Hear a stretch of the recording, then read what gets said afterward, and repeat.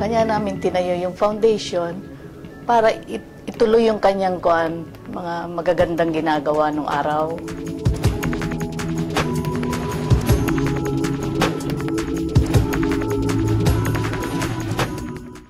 Ang mama, walang negative na iniisip sa kapwa. Sinasabihan namin, Mama, niluloko ka na ata niyan. Sabihin naman niya, ay, may naghula sa akin habang niluloko ko, lagi akong yumayaman. One thing I like about Mama is she helped many priests to study. Sa mga anak, kahit sa mga anak, parang hindi niya kami mahindian. Kung ano mga kailangan namin, parang she makes it a point na talagang ibibigay niya kung ano ang kailangan namin. Tsaka yung she gave us a good education. Lahat ng the best. Lola Martha always wants to share the blessings with other people. I remember she always helped everybody who approached her, whether it was in small ways or big ways. I still remember that she supported a lot of people to help them set up their own businesses, many children to go through college, and even a lot of employees, to build their own houses during her time. So I remember her as very helpful and very motherly to a lot of people.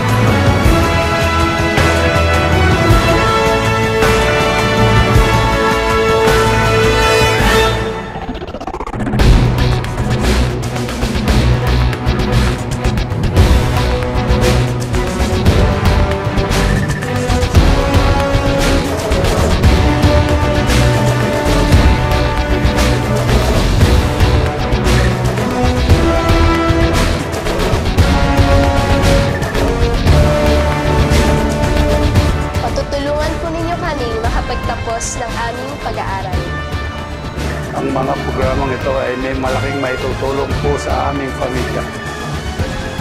Dati, payat ako dahil sa feeding program, tumanda ang katawan ko.